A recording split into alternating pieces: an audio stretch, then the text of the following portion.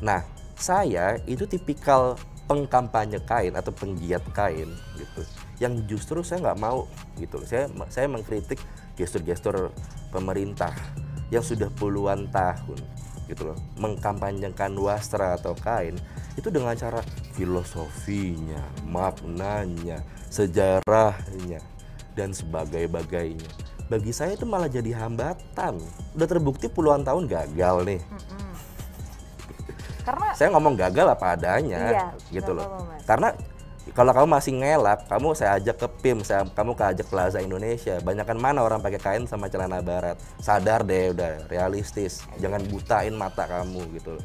Kamu kemana coba, kemanapun. Siapa sih yang pakai kain? Dan kamu masih bisa bilang kain kondangan, kan begitu. Itu nggak realistis, nggak ada evaluasi gagasan pemerintah kita. Gitu. Dan nggak berkaca dari apa yang berhasil. Kita ini diajarin dari kecil. Nah, kalau mau nyontohin yang sukses kan. Lihat Eropa lah, lihat Amerika lah yang berhasil mempopulerkan suatu apa barang fashion yang nggak pernah pakai filosofi dan apa segala macamnya. Kamu senang sama Chanel nggak? Suka, kelihatannya Kapan mewah. Chanel berdiri? Aku kurang tahu. Kamu nggak tahu kan? Iya. Tuh, itu tahun 1909 atau 1910 bisa dicek. Saya tahu. Wow. Nggak, kita semua anak-anak mudanya suka Chanel tapi nggak tahu sejarah Chanel. Nggak ada yang tahu. Gitu loh. Bagaimana kita semua bisa bela-belain nabung tiap hari makannya dikit beli tas Chanel mahal? Karena kita suka. Kenapa kita suka? Ya karena sesimpel suka. Dari campaign-campaignnya, dari kampanye-kampanyenya, dari artis yang dipakai apa-apa. Kita suka sama barang itu karena kita sesimpel suka. Bukan karena gue tahu sejarahnya, gue tahu apanya. Lalu pemerintah kita gesturnya dan banyak penggiat-penggiat budaya gitu tuh yang bermimpi bisa mentenarkan kain dengan cara itu. Kalau emang bisa seperti itu, saya yakin Anna Wintour ya, pengamat fashion kelas dunia, mungkin sembah-sembah gitu ke menteri kita atau ke siapa yang bertugas gitu untuk mentenarkan wastra kita. Karena nggak ada di dunia ini tuh yang seperti itu. Lalu gimana nanti kalau orang nggak tahu sejarah? Pasti ada yang tahu. Dari 100%, nanti ada kaum 1% pasti ini. Gitu loh, yang akan menggiat sejarahnya, menggiat filosofinya dan sebagainya, bla bla bla blanya. Ya nanti tuh keluarnya, bahasa Inggrisnya outputnya, nanti mereka mungkin menciptakan suatu brand. Biasanya kaum pencipta kan, gitu loh, yang mau menciptakan kain lagi, kreasi baru, mereka akan pelajari sejarahnya. Atau outputnya jadi apa? Jadi film, para insan film.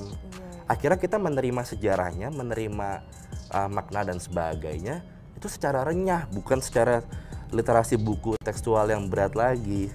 Tapi udah kayak tontonan film yang kaku ini nih, yang bikin kampanye-kampanye kaku ini selalu ngomong Korea tuh contoh kayak K-pop, contoh K-pop, K-pop. Kalau dalam Indonesia kita nyebutnya K-pop. Ya, contoh itu K-pop. Nah, lu sadar nggak sih yang bikin kita semua ini cinta sama Korea? Emangnya pemerintahnya bikin iklan kampanye Korea? Nggak? Iya. Pernah nggak dengar? Saya nggak tahu ya kalau di kita Wonderful Indonesia. Di Korea apa, misalkan Wonderful Korea mempersembahkan misalkan Black apalah, kita nggak pernah cinta Korea karena itunya kok. Karena ada perusahaan-perusahaan komersial dari mulai yang kecil hingga yang besar bikin suatu produk yang keren. Dan itu tujuan juga untuk Suara Gembira ini. Iya, betul. Goalsnya untuk membuat suatu produk yang keren, sehingga masyarakat luas mungkin bakal cinta sama Indonesia. Betul. Bagi saya yang mempromosikan negara ini itu harusnya bukan tugas negara. Ya mungkin iya sebagai penggagas gitu loh, atau apa ya, wadah mungkin, wadahnya yang bisa jadi sifatnya bantuan insentif atau akses informasi dan sebagainya gitu.